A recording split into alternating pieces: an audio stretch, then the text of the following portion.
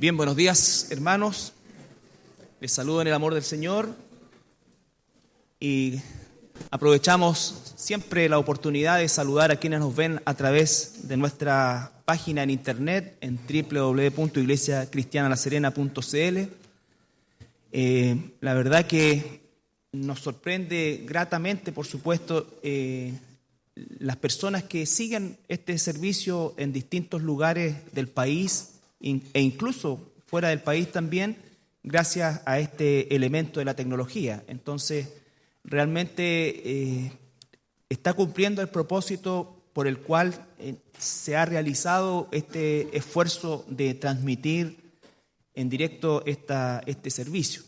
Por supuesto que fallas técnicas siempre hay, pero hemos ido trabajando,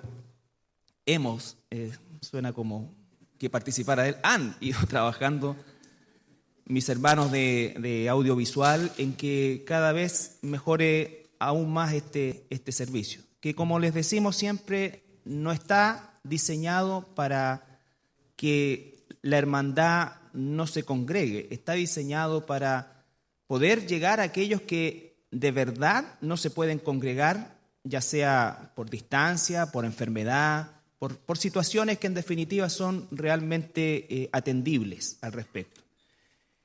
Bueno, vamos a continuar el día de hoy con el estudio del Espíritu Santo y recuerden que esta sección del estudio está enmarcada dentro del macro estudio que comenzamos ya hace varios meses, que se llama La Biblia y la Verdad.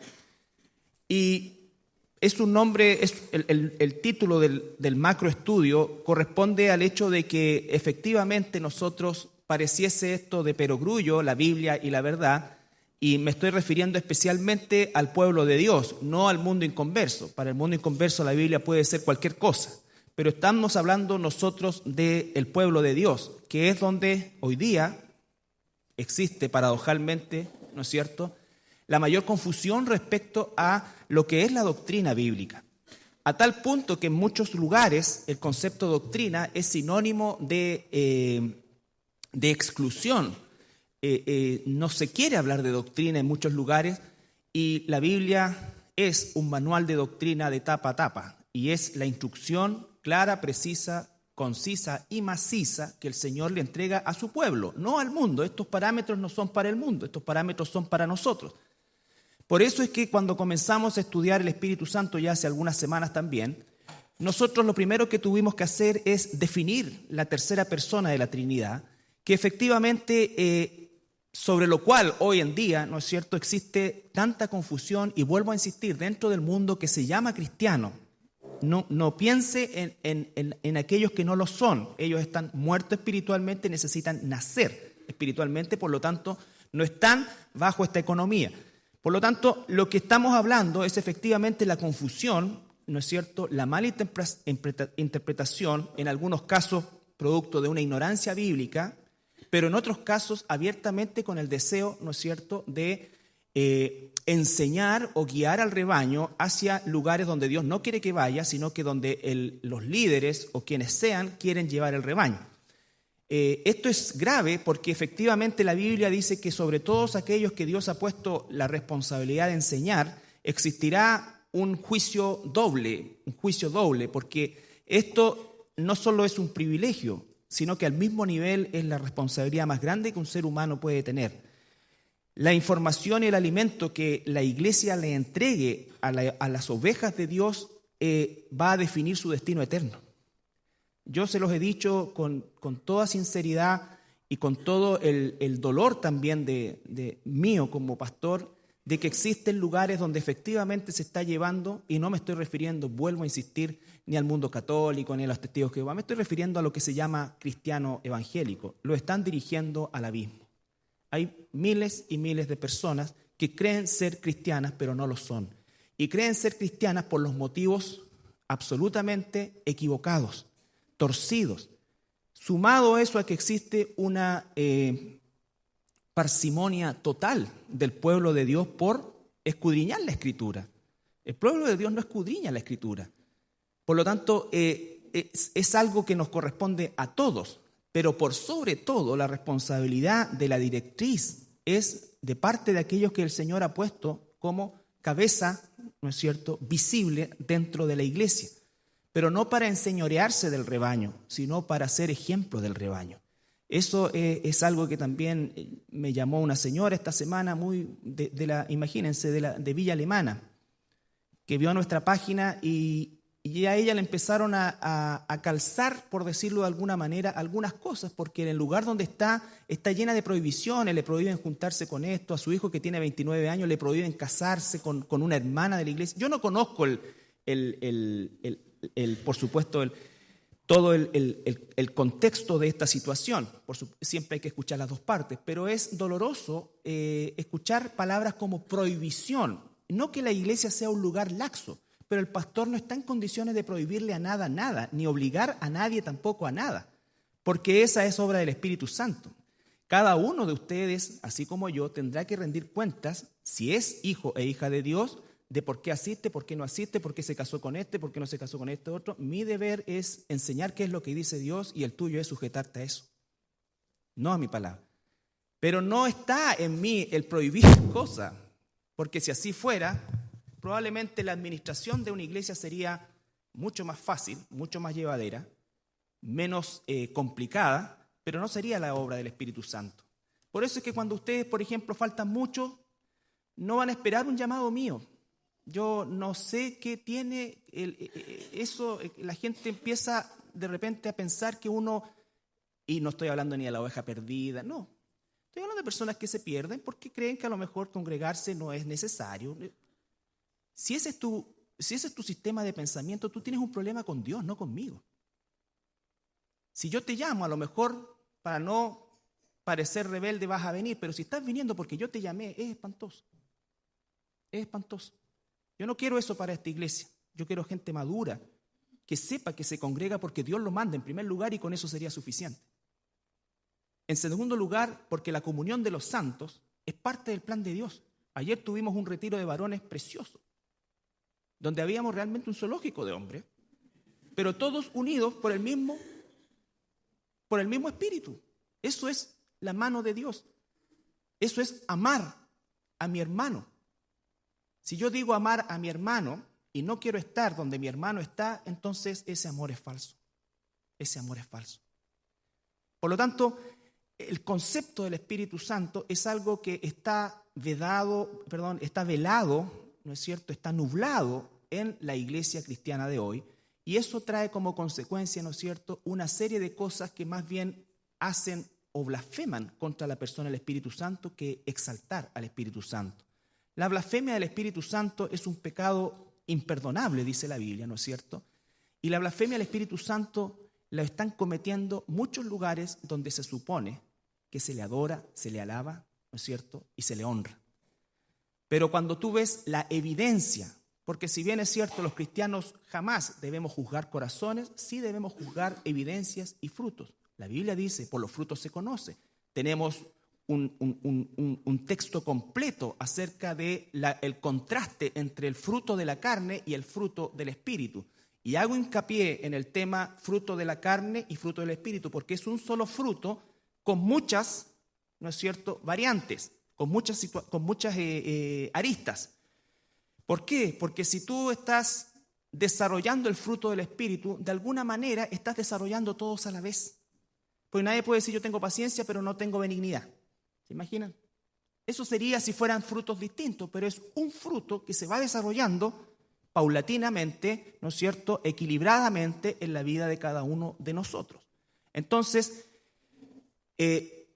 la persona del Espíritu Santo, ya lo analizamos al respecto. En primer lugar, ¿qué es una persona? Es la persona inmaterial de la Trinidad. Tú puedes tener una identificación, o podemos nosotros encontrar fácilmente la identificación del Padre en el Antiguo Testamento, ni hablar del Hijo en el Nuevo Testamento, y el Espíritu Santo es la tercera persona, que es Dios.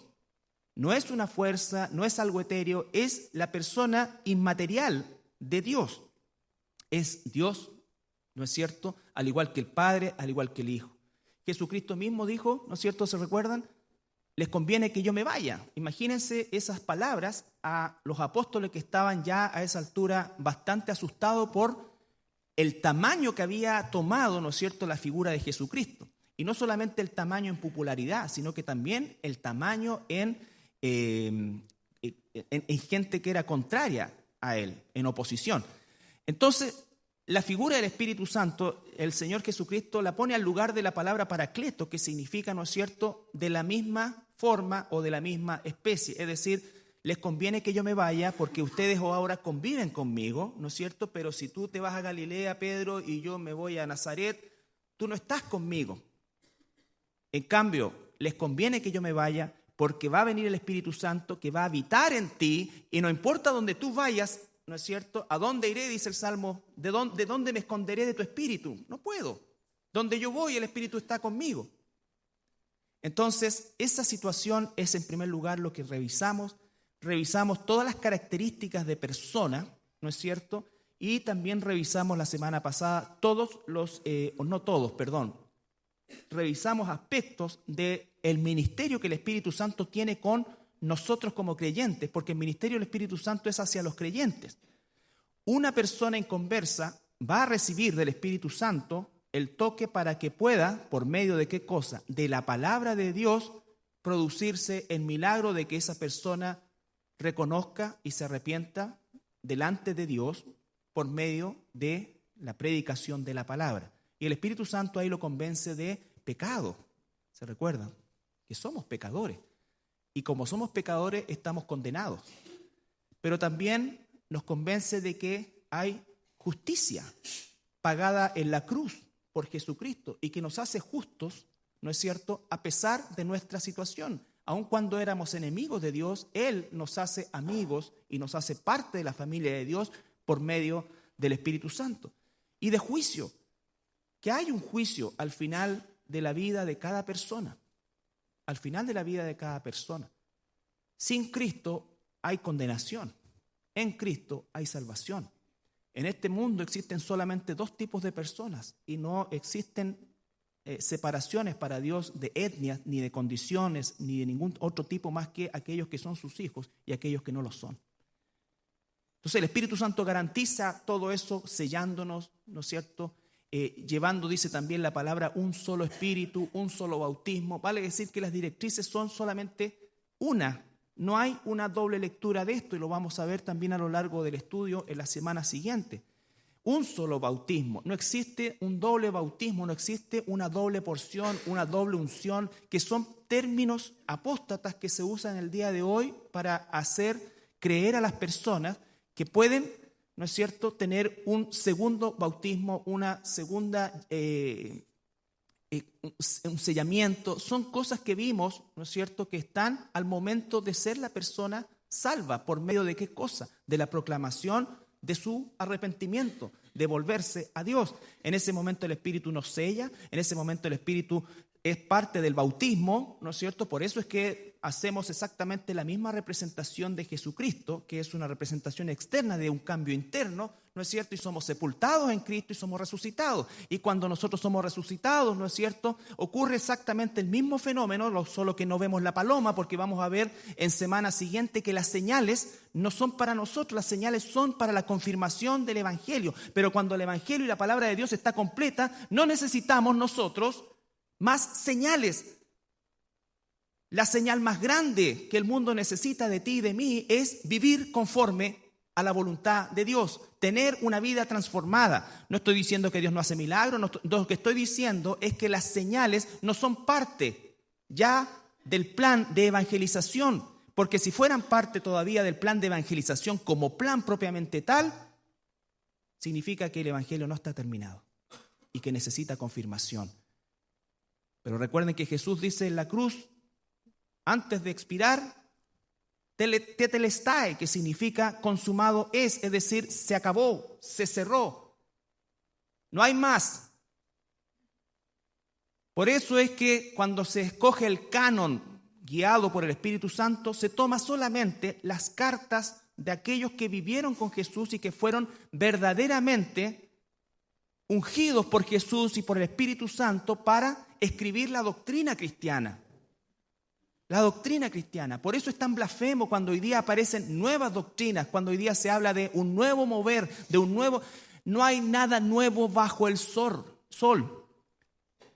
Lo único que debe renovarse en nosotros es la llenura del Espíritu, que es lo que vamos a comenzar a ver brevemente el día de hoy o acotadamente, porque hay mucho y probablemente lo veamos la próxima semana y la subsiguiente, que es el ministerio de la llenura del Espíritu Santo. Pero el sellamiento, el bautismo, el habitáculo que Dios, ¿no saben ustedes que son templo del Espíritu Santo? Dice el Señor, ¿no es cierto? Ya somos templos, somos tabernáculo. El tabernáculo se traslada a la vida, al corazón, al ser del creyente. Entonces, también la instrucción del Espíritu Santo. Pero la llenura es quizás donde se encuentra la mayor cantidad de blasfemia actualmente por aquello que se llama pueblo de Dios, o aquellos que se llaman o usurpan el nombre pueblo de Dios. Vuelvo a insistir, cuando usted piense en la llenura del Espíritu Santo o piensa en la llenura del Espíritu Santo, en 30 o en 10 segundos, ¿qué es lo que se le viene a la mente? ¿Qué es lo que no lo diga, por supuesto, pero piense qué es lo que se le viene a la mente? Y después que eso que se viene a la mente, contrástelo con la Escritura. Probablemente vamos a ver que algunos van a pensar cuando en el libro de los Hechos capítulo 2 viene por primera vez el Espíritu Santo con una señal portentosa sobre aquellos 120 que se encontraban reunidos esperando la promesa que el Señor Jesucristo les había hecho, que recibirán poder. Y la palabra poder es dunamis. Pero el poder, ¿para qué? Porque ciertamente recibimos poder, pero poder, ¿para qué? Entonces, esa es la gran contradicción que existe en el pueblo de Dios respecto al concepto del poder. Porque sí, el Señor, por medio del Espíritu Santo, nos ha dado poder, y un poder sobrenatural. Pero la pregunta es, ¿para qué? A aquellos primeros hermanos les dio poder manifestado, no a todos, ¿no es cierto?, a algunos de sus apóstoles, manifestado en señales que confirmarían sus palabras. Las señales son una confirmación para los inconversos, no para los cristianos. Tú no necesitas señales para creer en Dios. Tú no necesitas que un muerto se levante, camine para creer en Dios. Espero. Esas fueron señales para confirmar que aquellos que estaban siendo inspirados por el Espíritu Santo en la Escritura eran verdaderamente inspirados por Dios. ¿Recuerdan ustedes el pasaje de Juan 3? Cuando Nicodemo va de noche y le dice: Rabí, sabemos que vienes de Dios. ¿Por qué? Porque nadie hace las señales que tú haces si Dios no está con él. Las señales siempre son una forma de confirmación hacia el exterior. Por eso es que si la gente tuviera verdaderamente el don de lenguas, tendría que tocar el corazón de los inconversos. Pero si entran inconversos a muchos cultos actualmente a la iglesia evangélica, yo creo que lo primero que van a hacer es arrancar.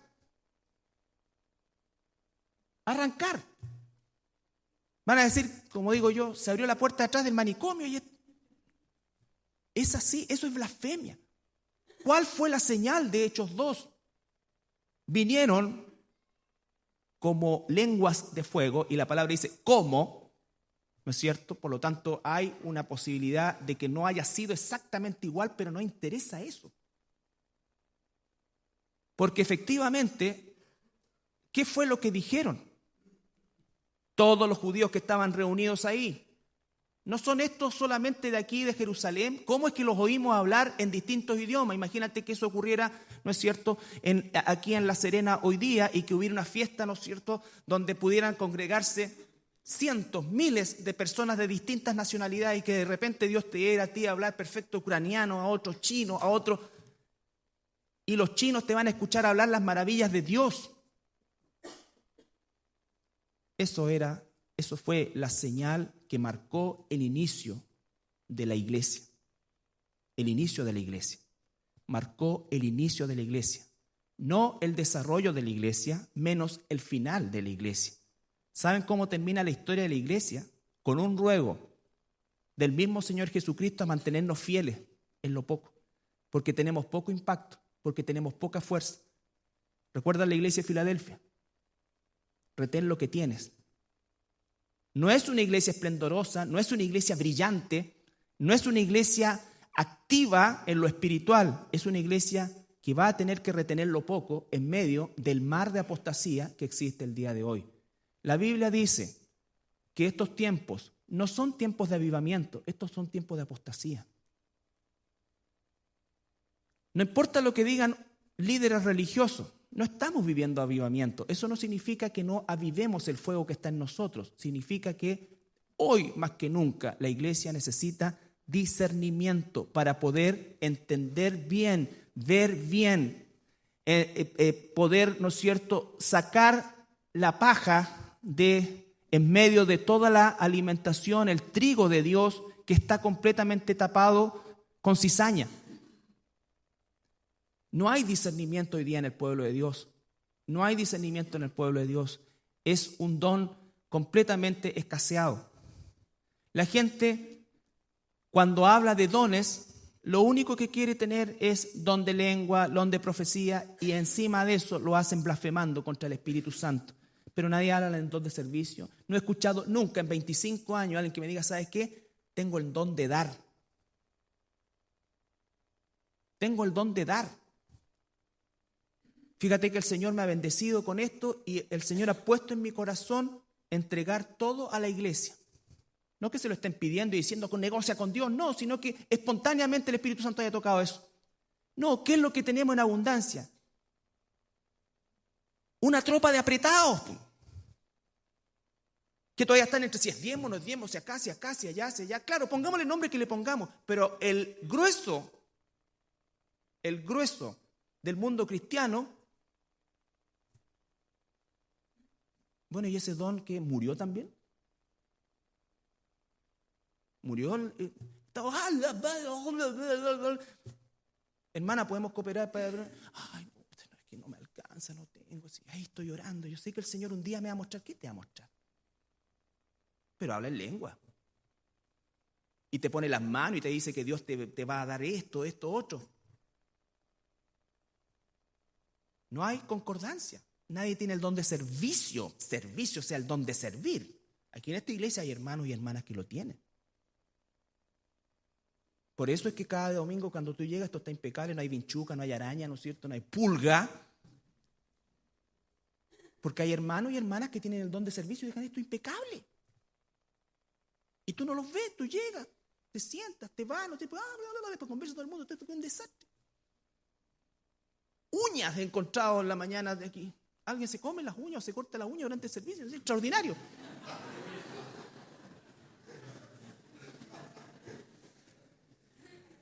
Nervioso, ¿por qué? No sé, pero...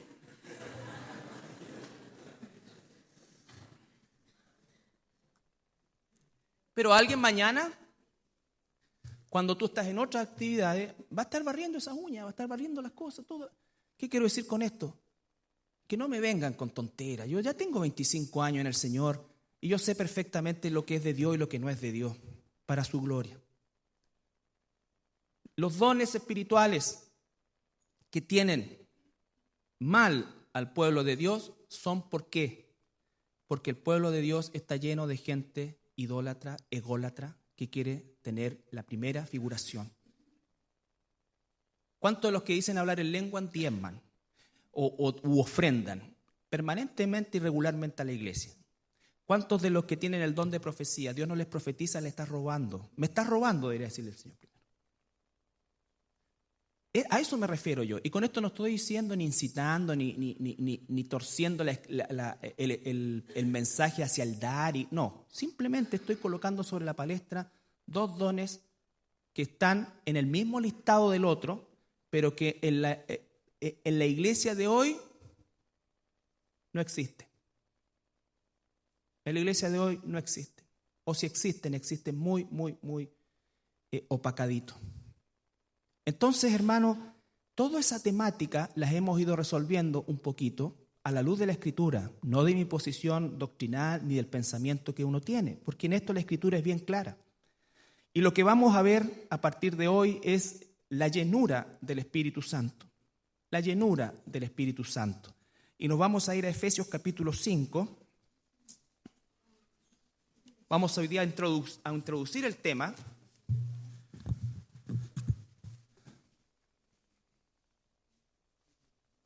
No voy a decir dónde están las uñas porque ustedes se sientan casi siempre en el mismo lugar. Dice así, uñas. Efesios 5, capítulo 5, versículo 15 al 20. Lo primero que tengo que decir respecto a este texto es que el versículo 21, que lo vamos a ver después de manera apartada, está absolutamente ligado a lo que vamos a leer.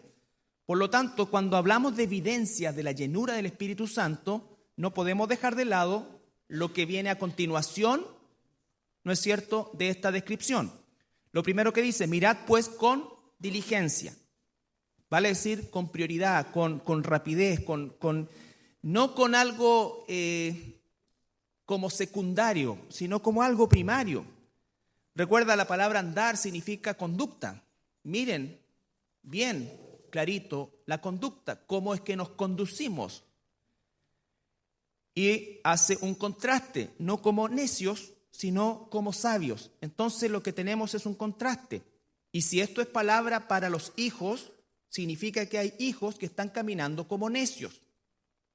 ¿No es cierto? Y el llamado es a caminar como sabios. La primera cosa que tengo que hacer yo, dice, es mirar con diligencia, o sea, observar, discernir cómo es que me voy a conducir. ¿Cómo es que me voy a conducir? Todo eso tiene que hacer sentido con el Espíritu Santo que mora en ti. ¿Cómo es que tú te conduces? Yo no puedo creer, además que no es así, que alguien que dice ser lleno del Espíritu Santo, ¿no es cierto?, se conduzca de una manera que en la Escritura solamente la encuentro en las posesiones demoníacas. En las posesiones demoníacas.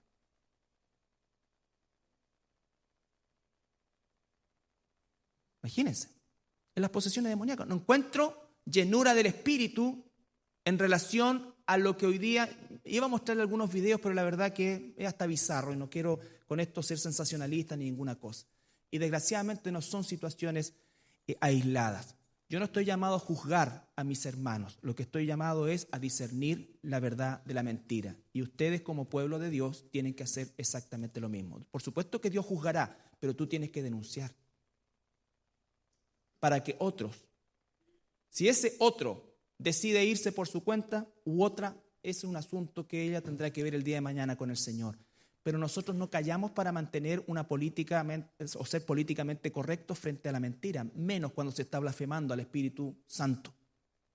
Menos cuando se está blasfemando al Espíritu Santo. Entonces dice, primero tengo que andar como sabio. Para andar como sabio no puedo estar descontrolado. Para andar como sabio, ¿cuál es la base de la sabiduría? Alejarse del mal, y la base de la sabiduría se encuentra en la palabra de Dios. Dice la Biblia que la palabra de Dios me hace más sabio que mis enemigos, más sabio que cualquier otra persona. Significa que tu conducta, tus decisiones, mis decisiones van a ser sabias. Yo le pregunto, las decisiones de Jesús, porque tomó muchas decisiones, ¿fueron sabias o necias? Por supuesto que fueron todas sabias. Las decisiones de sus apóstoles, ¿fueron sabias o necias? Todas fueron sabias, porque estaban guiados y controlados por el Espíritu Santo. Decisiones, hermano, no manifestaciones, decisiones. La llenura del Espíritu Santo no se expresa en manifestaciones, la llenura del Espíritu Santo se expresa en conducta, decisiones. ¿A hacer qué cosa? La voluntad de Dios. La voluntad de Dios. La próxima semana vamos a ver Hechos 2, que es lo que pasó después cuando Pablo se encuentra con los discípulos de Juan el Bautista, y vamos a ver bien qué es lo que eso significa, pero ahora quiero que nos concentremos efectivamente en el concepto de las decisiones. ¿Quién te guía en una decisión entre hacer lo correcto o lo incorrecto? El Espíritu Santo. ¿En función de qué? De la palabra que está en tu mente y en tu corazón. Tú estás lleno de la palabra de Dios, estás lleno del Espíritu Santo, y el Espíritu Santo te guía y te da la fuerza, el dunamis, para tomar la decisión correcta, aun cuando eso puede tener un costo grande para tu vida. Aun cuando eso pueda tener un costo grande para tu vida. Entonces dice, mira, pues con diligencia, como andéis, no como necios, sino como sabios. Tercera evidencia de esta llenura, aprovechando bien el tiempo. Aprovechando bien el tiempo.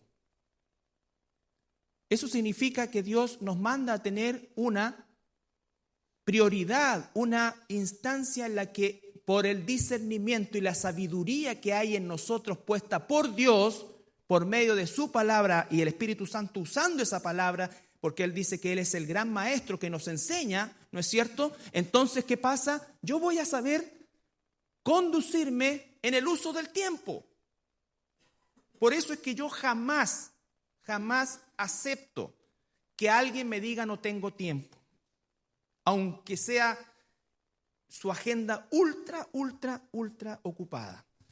Porque conozco hermanos ultra ocupados y ocupadas que no tienen 25 horas o 27 horas, tienen las mismas 24.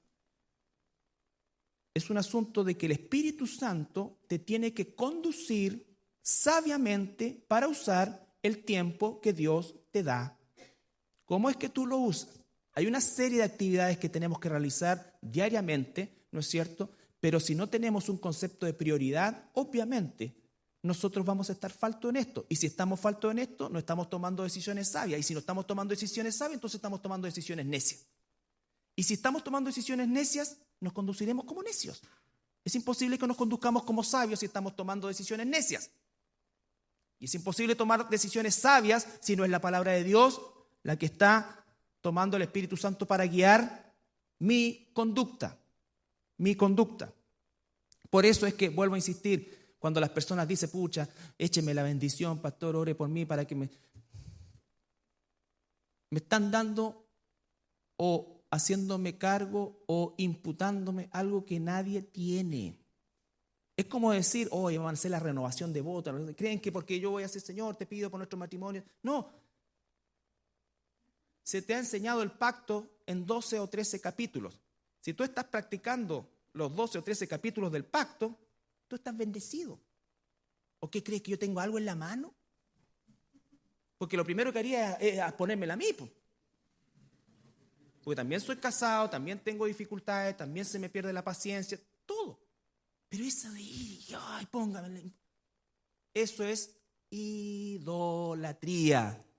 Idolatría. Y está lleno de idólatras y está lleno de ídolos que le encanta que los idolatren. Entonces, si tú aprendes, oras, creces en lo que nuestros hermanos, por ejemplo, colocando el ministerio de la familia, te han entregado durante más de un año, tú vas a estar bendecido. Aunque no venga el día que hagamos la oración. Aunque no venga ese día. Ese día es para confirmar algo que está ocurriendo de verdad. Pero si tú no has practicado los 12 temas del pacto, mira, vengas o no vengas, no vas a tener bendición, te lo digo. No vas a tener bendición, porque la bendición viene de la obediencia. De hacer lo que Dios dice. Para eso es que Él dice que con inteligencia, con sabiduría, ¿no es cierto? Aprovechando el tiempo. ¿Por qué? Porque los días son malos. ¿Qué significa eso? ¿Que hoy día amaneció nublado? No, que todos los días hay un tsunami de pecado que va a tratar de inundar tu vida y la mía para que no hagamos la voluntad de Dios. Pregunto, ¿quién está controlando el sistema de pensamiento del mundo? El maligno. Todo el mundo está bajo el poder del maligno. ¿Por qué tú no estás bajo el poder del maligno? Porque tú eres hoy día siervo, sierva de Dios. Pero vivimos en el mundo. Por eso es que Jesús dijo, los dejo en el mundo, pero no vivan como el mundo, porque ustedes tienen ahora poder que el mundo no tiene. El único poder que puede vencer la tentación, las directrices de Satanás es el Espíritu Santo. El Espíritu Santo. Por eso es que hoy día Satanás está ganando tanto terreno en el mundo cristiano, porque si no logra sacar al Espíritu Santo, va a inventar una doctrina torcida acerca del Espíritu Santo. Una doctrina torcida acerca del Espíritu Santo. Hay profetas que trabajan, ¿no es cierto?, en distintos rubros, pero yo conocí uno, ¿no es cierto?, que era profeta en su iglesia, ¿no es cierto?, y hablaba en lengua y no me terminó un trabajo. Hay otro que también era profeta, ¿no es cierto?, hablaba en lengua y se mandó una media estafa a otro hermano de aquí. Pero habla en lengua. Entonces, no estoy diciendo con esto, estoy dando solamente ejemplos de la incongruencia. No estoy diciendo que todo, no. Pero lo que estoy diciendo es que tú tienes que aprovechar el tiempo, ser sabio, ¿no es cierto?, saber exactamente qué es lo que significa el don de lenguas, qué es lo que significa realmente la llenura del Espíritu Santo, qué es lo que dice la Biblia, no lo que viste, no lo que viviste, ni siquiera lo que sentiste, porque lo más traicionero que tiene el ser humano es su propio corazón. Por escuchar al corazón, muchos han destruido su vida, y no solamente la suya, la de su familia, la de sus hijos, por escuchar al corazón. Así que la mentira más grande del mundo es que el hombre es guiado por la razón. Mentira, es guiado por la pasión, por el corazón.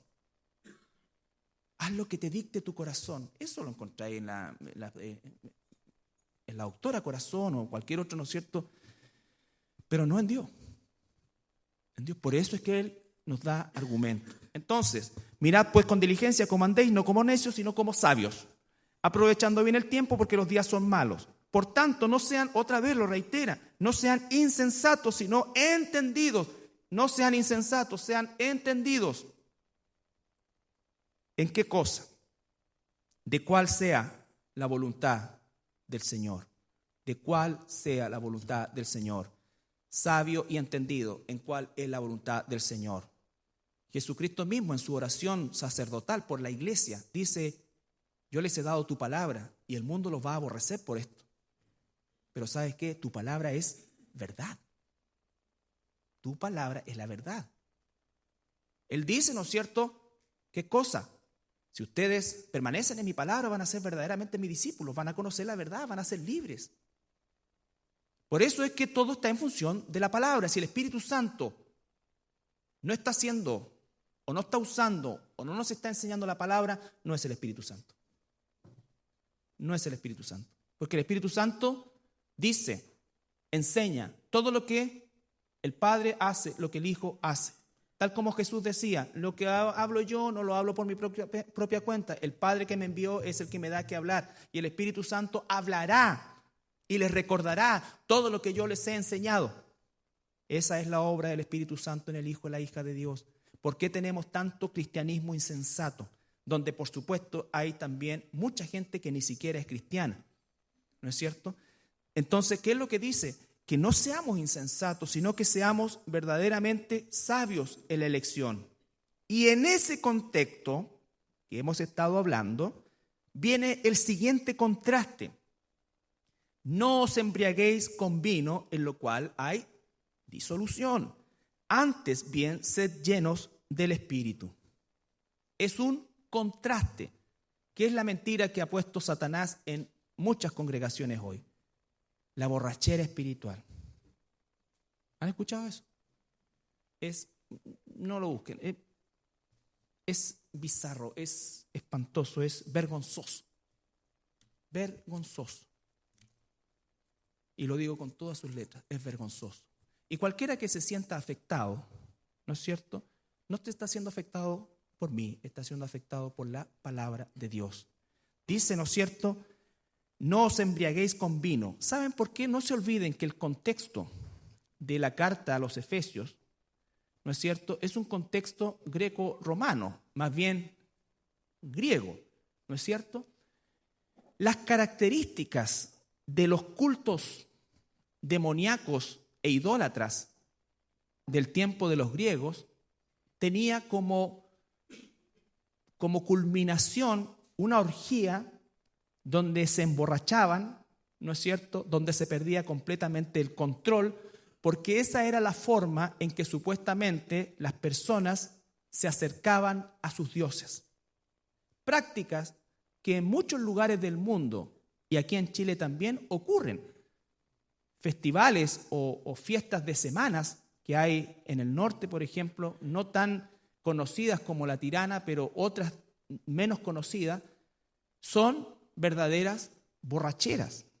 Verdaderas borracheras. La gente bebe, ¿no es cierto?, se embriaga, hay asesinatos de por medio, todo eso, pero está asociado, ¿por qué? Porque el catolicismo romano ha tomado todo lo del mundo pagano y lo hace parte de eso también.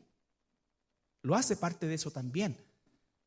La borrachera, es decir, ¿qué es lo que tengo que hacer yo? Perder el control, ¿no es cierto?, estar completamente fuera de mis cabales, porque de esa forma es que voy a tener, ¿no es cierto?, contacto con esa idolatría. Entonces es un contraste gigantesco. No os embriaguéis con vino. Lo que está diciendo es que el Señor jamás va a operar en la vida de una persona a la cual no tiene Él mismo controlada. ¿Recuerdan el endemoniado gadareno?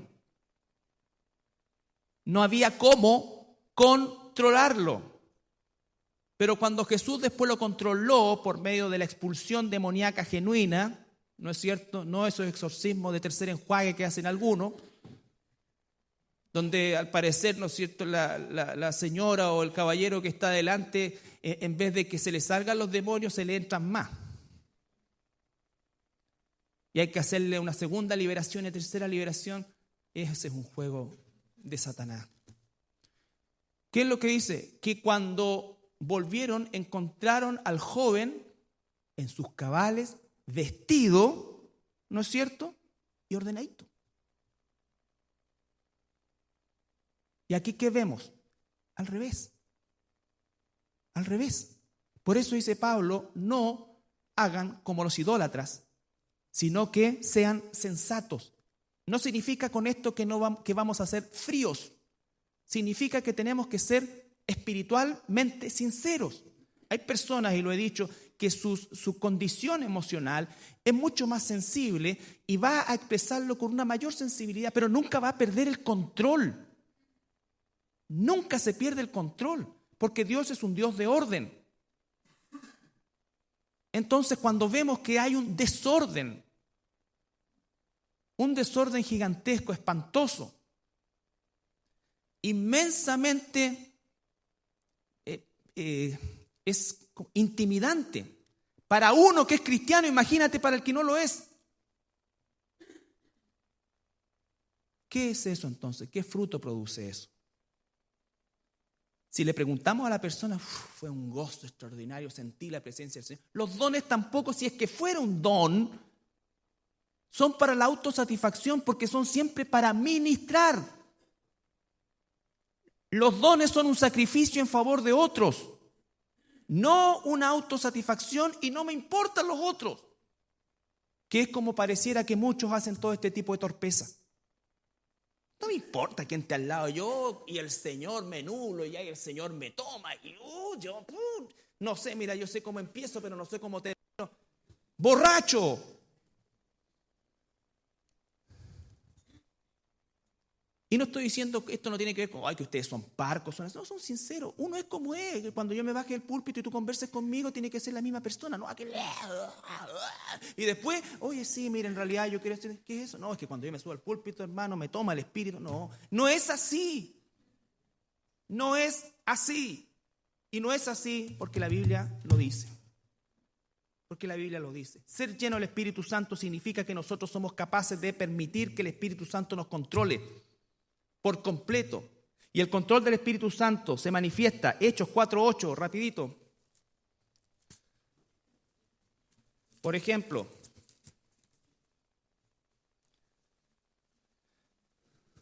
Hechos 4:8.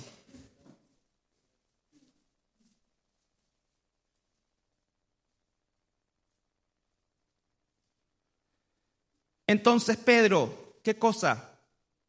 Lleno del Espíritu Santo les dijo,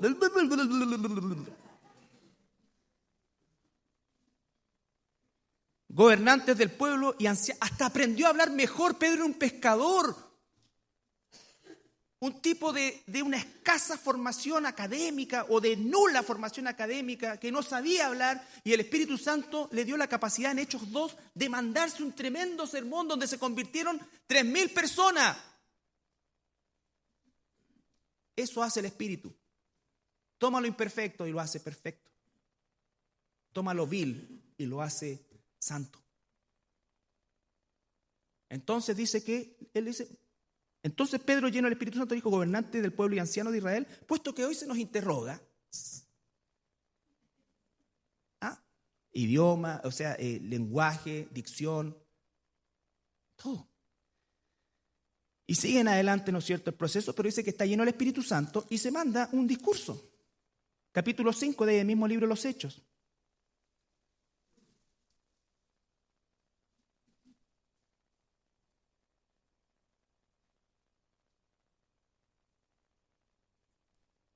Capítulo 5, versículo 28. Lo vuelven a tomar preso por estar, ¿qué cosa? Hablando en lengua, diciendo cosas incoherentes, ¿no es cierto? No, porque estaban predicando el Evangelio. Si no, no lo hubiesen tomado preso. A lo menos que lo hubiesen tomado preso por desorden público. No os mandamos estrictamente que no enseñaseis en este nombre, y ahora habéis llenado a Jerusalén ¿de qué cosa? Vuestra doctrina. O sea, doctrina. ¿Y queréis echar sobre nosotros la sangre de ese hombre? Respondiendo Pedro y los apóstoles dijeron: es necesario obedecer a Dios antes que a los hombres. Versículo 30, el Dios de nuestros padres levantó a Jesús, a quien vosotros matasteis colgándole de un madero. A este Dios ha exaltado con su diestra por príncipe y salvador, para dar a Israel arrepentimiento y perdón de pecado. Y nosotros somos testigos suyos de estas cosas, y también el Espíritu Santo, el cual ha dado Dios a los que le obedecen. Ellos, oyendo esto, se enfurecían y querían matarlo. Eso es lo que produce el Espíritu Santo. Cuando los inconversos que odian a Dios escuchan. Ahora, si tú le hablas,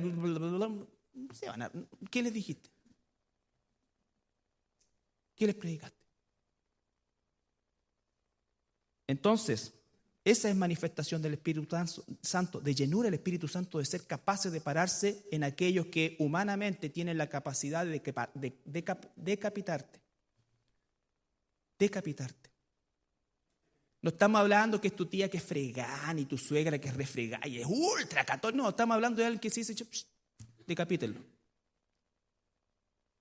Ellos tienen ¿qué cosa? El valor, la valentía. ¿Por qué? Porque están llenos del Espíritu Santo. Llenos del Espíritu Santo. Tenemos también Hechos 7.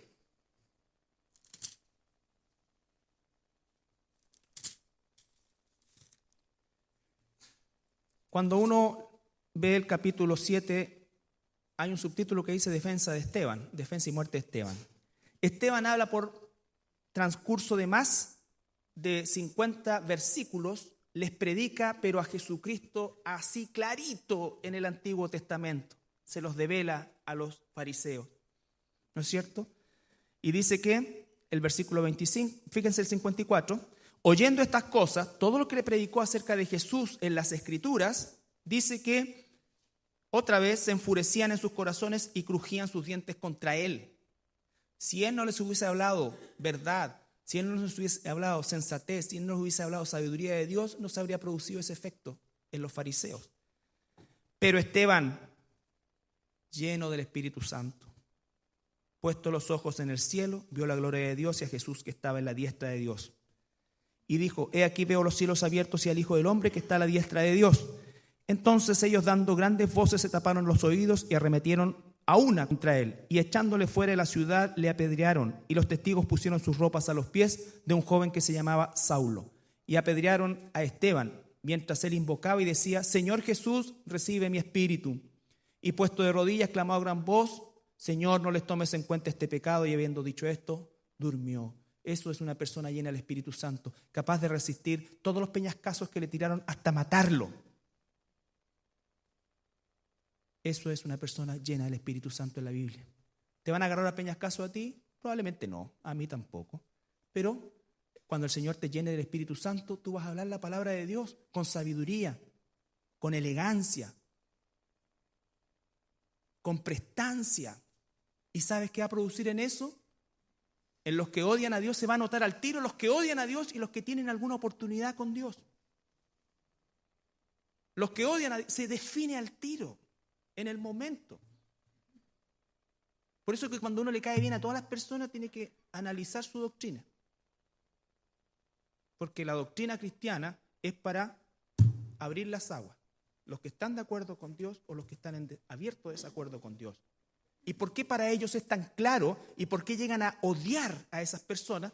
Porque no pueden hacer frente al poder de la doctrina.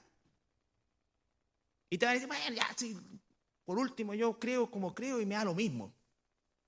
Pero no tienen argumentos y empiezan a caer en qué cosa, en las emociones destructivas, matarte, dejarte, echarte, ofenderte, en fin. Hermanos, hermanas, vamos a continuar con el estudio de la llenura del Espíritu Santo, por supuesto.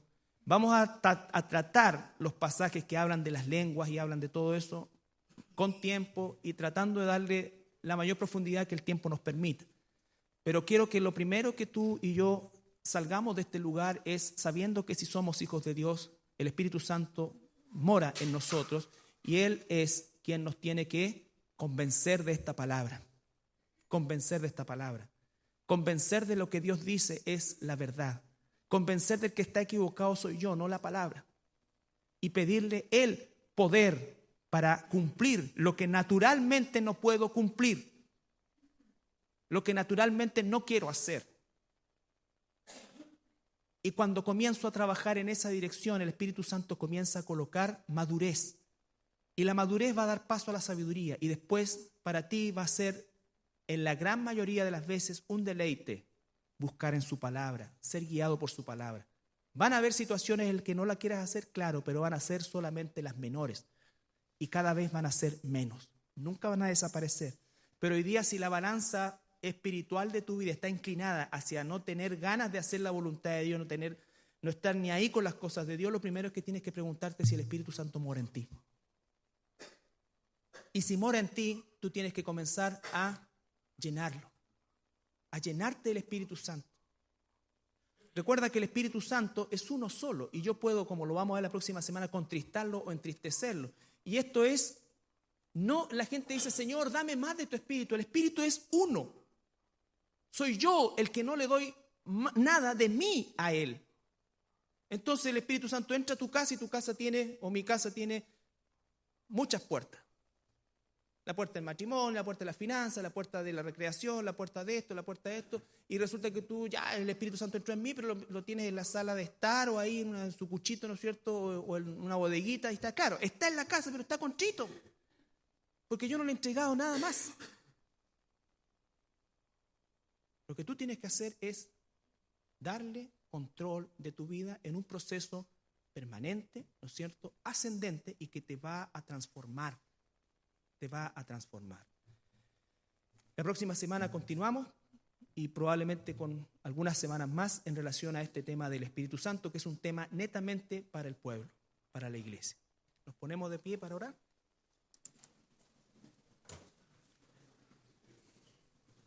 Padre, te damos gracias esta mañana por tu palabra, Señor, por la bendición de que el Espíritu Santo nos enseña por medio de ella. Y te pedimos, Señor, nosotros permitir que el Espíritu Santo nos llene, Señor. Muchos están o tienen al Espíritu Santo constrito en sus corazones, en su vida, en su mente, porque ciertamente, Señor, aun cuando le han recibido, no le han concedido ni le han cedido, Señor, el control de sus vidas.